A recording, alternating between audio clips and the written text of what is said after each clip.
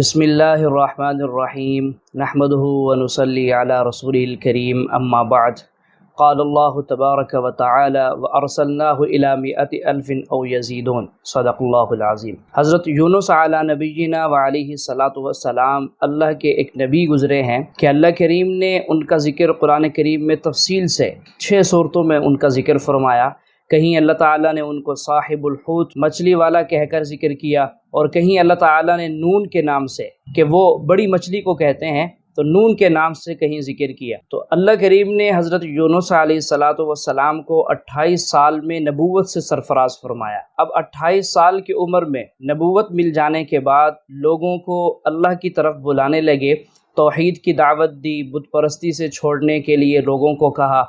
اب لوگوں نے حضرت یونس علیہ الصلاۃ والسلام کی بات کو ماننے سے انکار کر دیا، بجائے اس کے کہ وہ اللہ وحدہ لا شریک لہ کی طرف آتے وہ بت پرستی میں لگے رہے۔ اس پر اللہ تعالیٰ نے حضرت یونس علیہ الصلاۃ والسلام سے فرمایا کہ اپنی قوم سے کہہ دیں کہ 3 دن کے اندر تم پر عذاب آنے والا ہے۔ حضرت یونس علیہ الصلاۃ والسلام نے اپنی قوم کو جمع کر کے ان کو فرمایا کہ دیکھو تم نے میری بات نہ مانی، اب اللہ کی طرف سے 3 دن میں تم پر عذاب نازل ہو جائے گا۔ اب یہ کہہ کر چلے گئے۔ لوگوں نے آپس میں مشورہ کیا کہ دیکھو یونس ہمیشہ سچ بولتے ہیں، ہم نے ان کو کبھی جھوٹ بولتے ہوئے نہیں دیکھا، تو اب یہ ہے کہ اگر انہوں نے آج رات اپنے گھر میں گزاری تو ہم یہ سمجھیں گے کہ ہمارے اوپر آنے والا کوئی عذاب نہیں ہے، اور اگر انہوں نے آج رات بستی میں نہ گزاری، یہاں سے چلے گئے، تو ہم یہ سمجھیں گے کہ اللہ کی طرف سے عذاب آنے والا ہے۔ جب رات ہوئی تو حضرت یونس علیہ الصلاۃ والسلام اللہ کے حکم سے بستی چھوڑ کر چلے گئے، تو صبح ہونے پر لوگوں نے دیکھا کہ آسمان پر ایک کالا دھواں، سیاہ دھواں آ چکا ہے اور بادل کی شکل ہو گئی ہے۔ اب لوگوں نے، بستی والوں نے حضرت یونس علیہ الصلاۃ والسلام کو تلاش کیا کہ ان کو تلاش کیا جائے، یہ تو ایک عذاب کی سی صورت بن گئی ہے جیسا کہ یونس علیہ الصلاۃ والسلام فرما گئے تھے۔ تو لوگوں نے حضرت یونس علیہ السلام کو تلاش کیا تو یونس علیہ الصلاۃ والسلام نہ گھر میں تھے اور نہ ہی اپنی بستی میں تھے، وہ تو اللہ کے حکم سے بستی چھوڑ کر چلے گئے تھے۔ اب سارے کے سارے لوگ ڈر کی وجہ سے، ان کے بچے، ان کے بوڑھے، ان کی خواتین، سارے ایک میدان میں جمع ہوئے، اور میدان میں جمع ہو کر ٹاٹ کا لباس پہنا اور اللہ کے سامنے آہو بکا شروع کر دی کہ ان کے رونے کی وجہ سے وہ میدان جس میں وہ جمع تھے ایک بلند آواز میں گونج اٹھا کہ رونے کی آواز ان کی تھی، اور وہ اللہ سے گڑ گڑا رہے تھے۔ تو یہ وہ دن تھا کہ جس کو یوم عاشورہ یعنی 10 محرم الحرام کہا جاتا ہے۔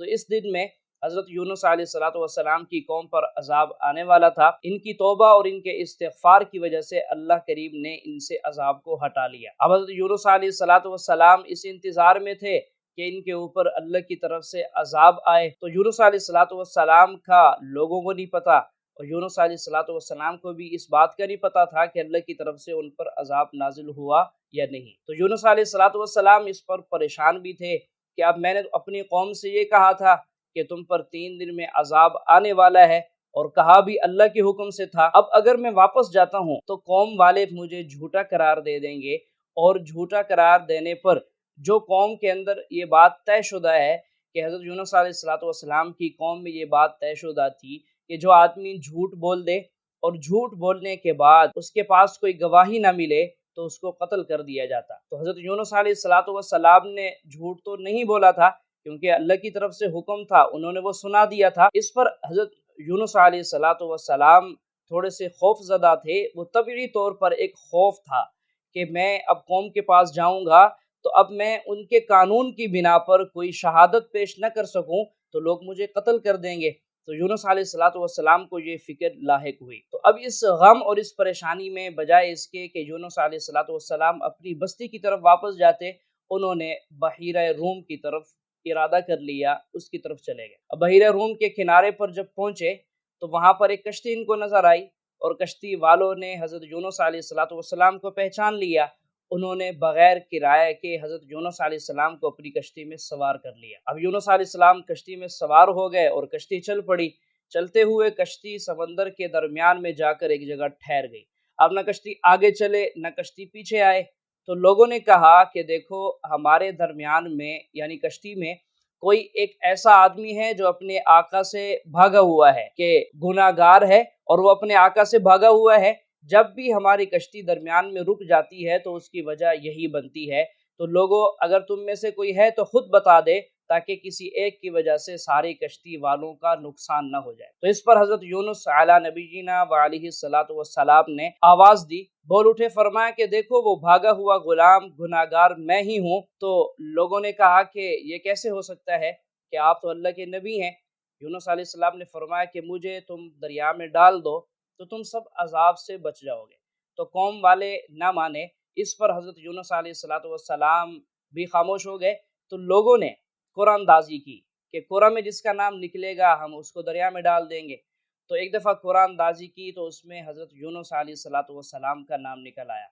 اسی کے ساتھ کئی دفعہ انہوں نے قرآن اندازی کی تو ہر دفعہ یونس علیہ الصلوۃ والسلام کا نام نکل آیا۔ تو اس پر لوگوں کو بڑا تعجب ہوا۔ تو اس قرآن اندازی کے بعد حضرت یونس علیہ الصلوۃ والسلام خود سمندر کے اندر، اس دریا کے اندر کود پڑے کہ نیچے سے اللہ کے حکم سے ایک مچھلی آ چکی تھی اور اس نے اپنا منہ کھولا ہوا تھا کہ اس مچھلی کو اللہ کی طرف سے حکم تھا کہ یونس علیہ الصلوۃ والسلام کو اپنے اندر لے لیں۔ تو حضرت یونس علیہ الصلوۃ والسلام فوراً اس مچھلی کے اندر چلے گئے۔ تو روایت کے اندر آتا ہے جب مچھلی میں چلے گئے، فرمایا عن الحسن رضی اللہ عنہ قال لما وقع یونس فی بطن الحوت ان ظن انہ الموت، کہ یونس علیہ السلام جب مچھلی کے پیٹ میں چلے گئے تو انہوں نے یہ خیال کیا کہ اب مجھے موت آ چکی ہے۔ فحرک رجلیہ، اپنے پاؤں کو حرکت دی، فاذا ہی تتحرک، تو ان کا پاؤں ہلنے لگا، تو فسجد، تو انہوں نے سجدہ کیا، اللہ کے سامنے سجدے میں چلے گئے۔ وقال یا رب اتخذت لك مسجدا فی موضع لم يسجد فیہ احد قط، اے اللہ میں نے ایسی جگہ کو سجدہ کی جگہ بنایا جہاں میرے علاوہ کسی اور آدمی نے سجدہ نہیں کیا۔ تو روایات میں آتا ہے کہ یونس علیہ الصلوۃ والسلام 40 دن مچھلی کے پیٹ میں رہے، اور ایک روایت کے مطابق 1 ہفتہ، اور ایک روایت کے مطابق 3 دن، اور ایک روایت کے مطابق چند ساعات یعنی کچھ گھنٹے حضرت یونس علیہ الصلوۃ والسلام مچھلی کے پیٹ میں رہے۔ اب حقیقت حال سے اللہ ہی واقف ہیں کہ وہ حالت کیسی تھی اور کیسے یونس علیہ الصلوۃ والسلام مچھلی کے پیٹ میں وہ وقت گزار رہے تھے۔ تو یونس علیہ الصلوۃ والسلام مچھلی کے پیٹ کے اندر انتہائی کمزور اور لاغر ان کا جسم ہو چکا تھا، اور وہ مچھلی کے اندر اللہ کی تعریف اور استغفار کے ساتھ اپنا وقت گزار رہے تھے۔ لا الہ الا انت سبحانک انی کنت من الظالمین، یہ پڑھتے ہوئے انہوں نے اللہ سے آہ و بکا کی، توبہ کرتے رہے، استغفار کرتے رہے، اور ان کی حالت ایسی ہو گئی تھی کہ روایت میں آتا ہے حضرت عبداللہ ابن عباس رضی اللہ عنہما فرماتے ہیں کہ جیسے ایک نیا بچہ، ایک بچہ پیدا ہوتا ہے کہ اس بچے کی حالت کہ اس کے جسم پر کوئی بال نہیں ہوتا، تو مچھلی کے پیٹ کی گرمی کی وجہ سے ان کے جسم کے سارے بال اتر گئے تھے، اور ایک روایت میں فرمایا کہ ان کی حالت ایسی ہو گئی تھی جیسے ایک چوزا ہوتا ہے جو پیدا ہوا اور ابھی تک اس کے جسم پر نہیں نکلے، بال نہیں نکلے۔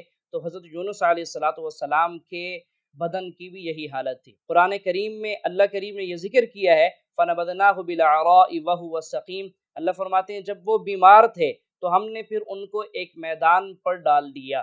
وَأَنبَتْنَا عَلَيْهِ شَجَرَةً مِّن يَقْطِينٍ، ہم نے ان پر ایک بیل دار درخت اگا دیا۔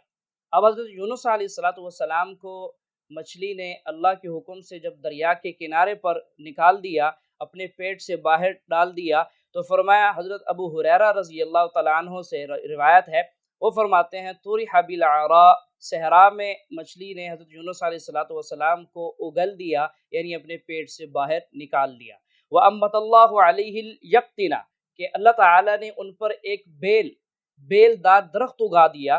قُلْنَا يَا أَبَا هُرَيْرَةَ وَمَا الْيَقْطِينَ، کہ لوگوں نے پوچھا اے ابو ہریرہ وہ بیل دار درخت کیا چیز تھی؟ قال شجرۃ الدباء، فرمایا کہ وہ کدو کی بیل تھی۔ وَأَنبَتَ اللَّهُ عَلَيْهِ، کہ اللہ کریم نے وہ کدو کی بیل ان پر اگا دی، اور اللہ کریم نے، حضرت ابو ہریرہ فرماتے ہیں وَهَيَّأَ اللَّهُ لَهُ أَرْوِيَةً وَحْشِيَّةً تَأْكُلُ مِنْ خَشَاشِ الْأَرْضِ، اللہ نے ایک جنگلی بکری بھیجی کہ جنگلی بکری روزانہ صبح اور شام ان کے پاس آتی تھی۔ فَتَرْوِيهِ مِنْ لَبَنِهَا كُلَّ عَشِيَّةٍ وَبُكْرَةٍ حَتَّى نَبَتَ، صبح شام آتی اور اپنا دودھ حضرت یونس علیہ الصلوۃ والسلام کو پلاتی تھی، اور حضرت یونس علیہ الصلوۃ والسلام اس کدو کی بیل کے سائے میں رہے اور پہاڑی بکری کے دودھ کو پیتے رہے، یہاں تک کہ اللہ کریم نے یونس علیہ الصلوۃ والسلام کے بدن کو بالکل ٹھیک، صحیح اور سالم کر دیا۔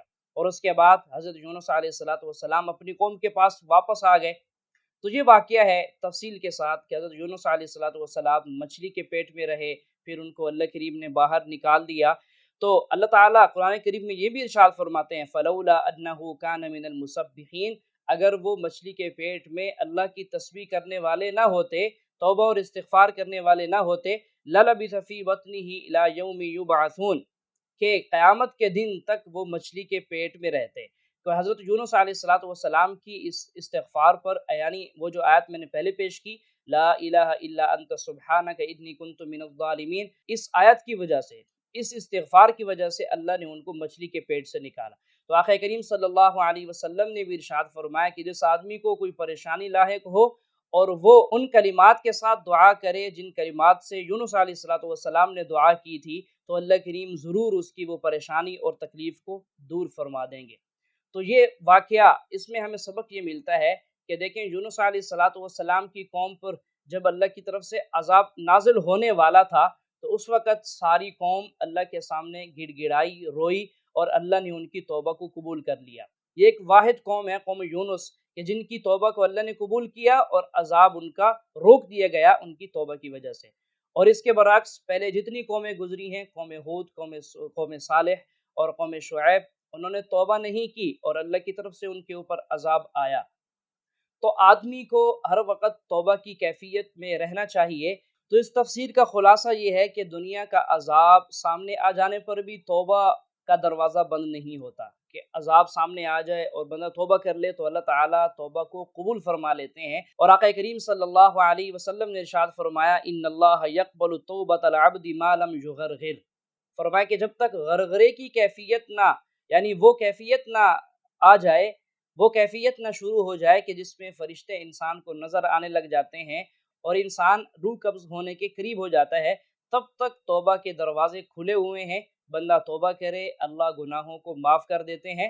تو یہ رمضان الکریم کا مبارک مہینہ توبہ کا مہینہ ہے، اس میں ہم سب توبہ کریں تاکہ اللہ کی طرف سے آنے والی پریشانیاں بھی دور ہوں اور اللہ ہم سب سے راضی ہو جائے۔ وآخر دعوانا ان الحمد للہ رب العالمین۔